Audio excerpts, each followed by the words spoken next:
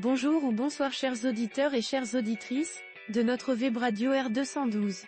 Aujourd'hui, nous avons le plaisir de partager avec vous une réflexion riche et éclairante d'Abdelghany El Arras, chroniqueur invité, à travers son article intitulé Passer du statut d'entrepreneur individuel, PP, à celui de société, PM, au Maroc, une décision gagnante.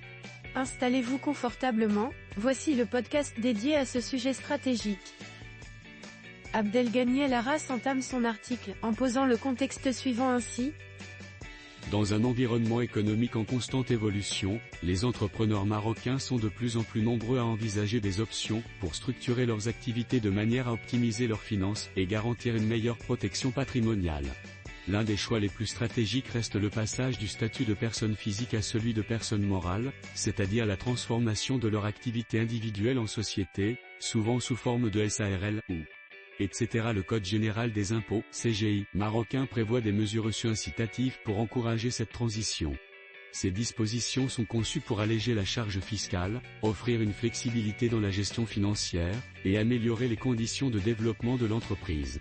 Cependant, avant de franchir ce pas, chaque entrepreneur doit bien comprendre les avantages et les implications de cette transformation en fonction de ses objectifs et de son modèle d'affaires. L'auteur met ensuite en lumière une mesure clé du Code général des impôts marocains de la matière suivante. 1. Des avantages fiscaux immédiats. Le passage à un statut de société comporte plusieurs avantages fiscaux pour les entrepreneurs marocains. Parmi les principaux, exonération de la retenue à la source sur la TVA. Pour les prestations réalisées avec des entreprises du secteur privé, les sociétés ne sont pas soumises à la retenue à la source, RAS, sur la TVA, contrairement aux entrepreneurs individuels.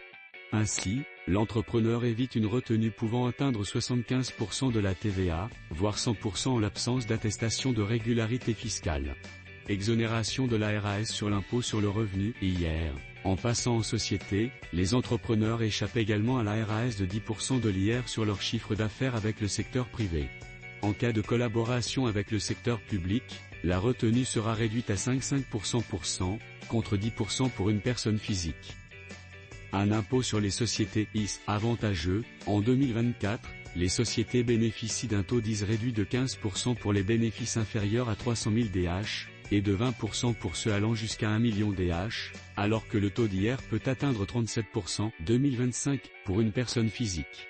Ces avantages fiscaux immédiats permettent à l'entrepreneur de préserver une plus grande part de ses revenus, améliorant ainsi sa rentabilité. Abdelghany El Arras poursuit sa démonstration en s'intéressant à l'optimisation de la rémunération et des charges sociales. Ainsi. 2. Optimisation de la rémunération et des charges sociales. Contrairement au statut de personne physique, la rémunération d'un dirigeant d'entreprise peut être déduite du résultat fiscal de la société, réduisant ainsi l'impôt dû. De plus, les dirigeants ont la possibilité de se rémunérer de manière flexible, par le biais d'un salaire, de dividendes, ou encore d'une combinaison des deux. Cette flexibilité permet une meilleure optimisation de la charge fiscale, offrant aux dirigeants une gestion plus efficace de leur rémunération et des charges sociales.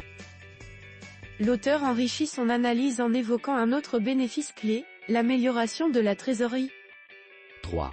Amélioration de la trésorerie. Le passage au statut de société améliore souvent la trésorerie des entrepreneurs en raison de la réduction des retenues à la source sur les prestations facturées au secteur privé comme au secteur public.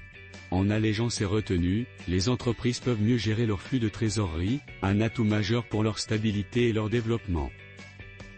La protection du patrimoine personnel est un autre avantage essentiel souligné par Abdelghany El Arras, et il explore également la facilité de transmission et de cession offerte par la création d'une société en 10 ans.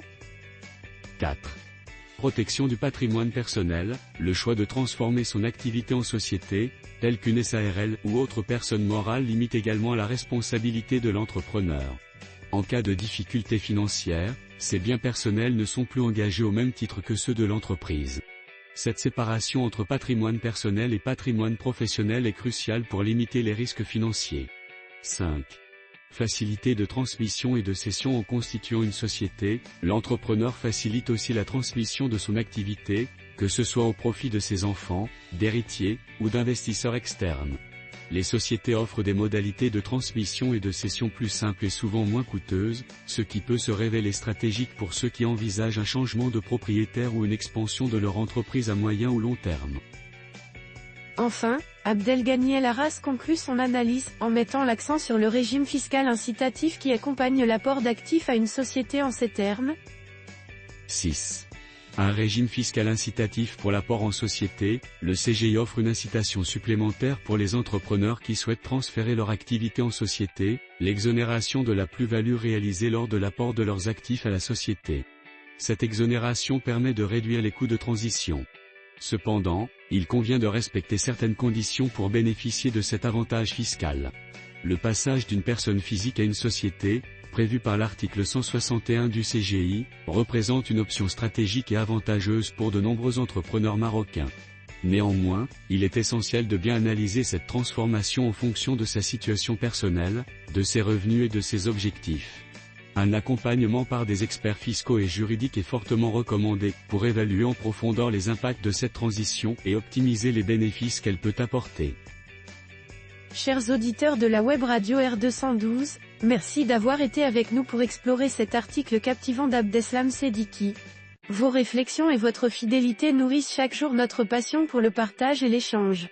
Restez à l'écoute pour de nouveaux podcasts enrichissants. À très bientôt. Avec toute notre gratitude, l'équipe de R212.